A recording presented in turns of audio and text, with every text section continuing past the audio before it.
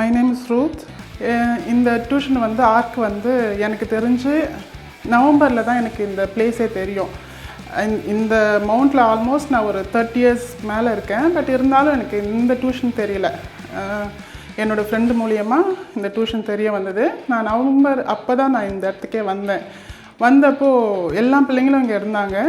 ஆனால் நான் வந்த டைமில் வந்து இந்த இடம் ரொம்ப ஸ்ட்ரிக்டாக இருந்துச்சு. மேம் வந்துட்டு ரொம்ப ஸ்ட்ரிக்டாக பசங்க கூட இருக்கவே இந்த இடத்துல என் பையனால் இருக்க முடியுமா ஃபஸ்ட்டு யோசித்தேன். ஆனால் அதுக்கு முன்னாடி இந்த இடத்துல ஃபஸ்ட்டு என் பையனுக்கு சீட்டு கிடைக்குமான்ட்டு தோணுச்சு. அதுக்கப்புறம் என் ஃப்ரெண்டு தான் எனக்காக பேசினாங்க. மேம் வந்து நான் சீட்டு கொடுக்குறேன், ஆனால் அவர் கண்டிஷன் சொன்னாங்க. என்னென்னா, நீங்கள் கரெக்ட் டைமுக்கு பிள்ளையை அனுப்புவேன்னு சொன்னால் தான் நான் உங்களுக்கு சீட்டே தருவேன், எந்த ஒரு எக்ஸ்கியூஸும் நீங்கள் சொல்லக்கூடாது அப்படின்னு சொன்னாங்க. நான் சொன்னேன், எனக்கு ஒரு ப்ராப்ளம் இல்லை மேம், நீங்கள் இன்றைக்கி எப்போது ஓபேத், என் பையன் பேர் வந்து ஓபேத்து, எப்போ ஸ்டார்ட் பண்ணுறானோ அன்னிலேருந்து அவன் லீவே போட மாட்டான் அப்படின்னு சொல்லிவிட்டு அதுக்கப்புறம் அவங்க எனக்கு சீட்டும் கொடுத்தாங்க. என் பிள்ளையோட டியூஷன் வந்து எப்படின்னா, ஆல்மோஸ்ட் ஒரு 5-6 டியூஷனுக்கு நான் அனுப்பிச்சிருக்கேன். எல்லா டியூஷன்லேயுமே என் பிள்ளைய வந்து அவனால் படிக்க முடியாது, நீங்கள் கூட்டிகிட்டு போயிட்டு தான் சொல்லுவாங்க. ஆனால் இந்த டியூஷனில் பிரதீபா மேம் தான் வந்துட்டு சொன்னாங்க. ஏன்னா என் பையனை பற்றி நான் எல்லாமே அவங்ககிட்ட சொல்லிட்டேன். என் பையன் கொஞ்சம் கொஞ்சம் கோவப்படுவான், எல்லாமே அவங்ககிட்ட சொன்னேன். அதுக்கு அவங்க ஒன்று தான் சொன்னாங்க, எல்லா பிள்ளைங்களுமே நல்ல பிள்ளைங்க தான் வந்து டியூஷனில் சேரணுன்னா நாங்களாம் டீச்சர்ஸே கிடையாது, எந்த பிள்ளைங்களாக இருந்தாலும் நான் அந்த பிள்ளைங்களோட நாங்கள் இருக்கணும் அப்படின்னு சொல்லிட்டு தான் அவங்க சொன்னாங்க. அதே போல் நான் என் பிள்ளையை கூப்பிட்டு வந்து இங்கே சேர்த்த பிறகு என் பிள்ளை நிஜமாக சொல்கிறேன், எனக்கு தெரிஞ்சு இந்த 3 மாதம்னா என் பிள்ளை இந்த டியூஷனில் வெறும் 100 டேஸ் தான் இருந்தான்.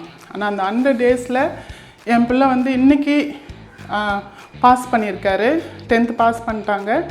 எது என்னால் முடியாது, என் பிள்ளையால் முடியாதுன்னு சொல்லிட்டு எங்கே பார்த்தாலும் எங்களை அனுப்பிச்சி விட்டாங்களோ, ஆனால் இந்த டியூஷனுக்கு ஆர்க்குக்கு வந்த பிறகு என் பிள்ளையால் முடியும்னு சொல்லிவிட்டு என் பிள்ளை வந்து நல்ல மார்க் எடுத்து பாஸ் பண்ணாங்க.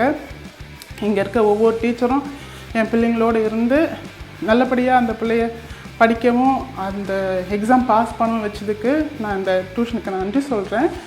அது மட்டும் இல்லாமல் ஆர்க்குக்கு ஏன் நீங்கள் வந்து பிள்ளைங்களை சேர்க்கணுன்னா, அவங்க வந்து நாட் த ஒரு டியூஷன் மிஸ் மாதிரிலாம் இல்லை, ஒரு அக்கா, அண்ணன், அம்மா, எது மாதிரி வேணாலும் எடுத்துக்கலாம். ஏன்னா நான் வந்து காலையில் வேலைக்கு போயிட்டேன்னா நைட்டு 8 o'clock 8:30 தான் வீட்டுக்கு வருவேன். ஆனால் என் பையன் இங்கே ஆர்க்கில் டியூஷன் முடிச்சுட்டு 9:30 தான் வீட்டுக்கு வருவாங்க. அப்போ என் பையனை கேட்டேன், அப்போது நீ வந்து ஸ்கூல்லேருந்து அப்படியே ஸ்ட்ரைட்டாக வந்து டியூஷனுக்கு போயிடுற, நீ எதுவும் சாப்பிட மாட்டேறியப்பா அம்மா, கஷ்டமாக இருக்குது அப்படின்னு நான் சொன்னேன்.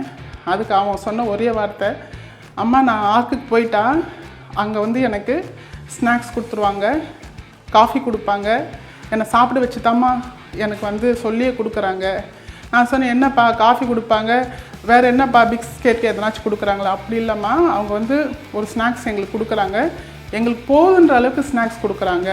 ஸோ அது என்ன எனக்கு ஒரு சந்தோஷம்னா, என் பிள்ளைங்களை வந்து பசியாக இருந்து அந்த பிள்ளைங்க வந்து படிக்கணும் அப்படின்ட்டு அவங்களோட எண்ணம் இல்லை. அந்த பிள்ளைங்களுக்கு என்னெல்லாம் கொடுக்கணுமோ அதை கொடுத்து அந்த பிள்ளைங்களை வந்து படிக்க வச்ச இந்த ஆர்க்குக்கு நான் ரொம்ப நன்றி சொல்கிறேன்.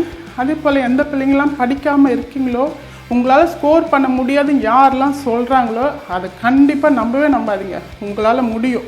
இங்கே வந்து நீங்கள் ட்ரை பண்ணுங்கள், கண்டிப்பாக உங்களோட பிள்ளை பாஸ் பண்ணும், அதுக்கு நான் கேரண்டி.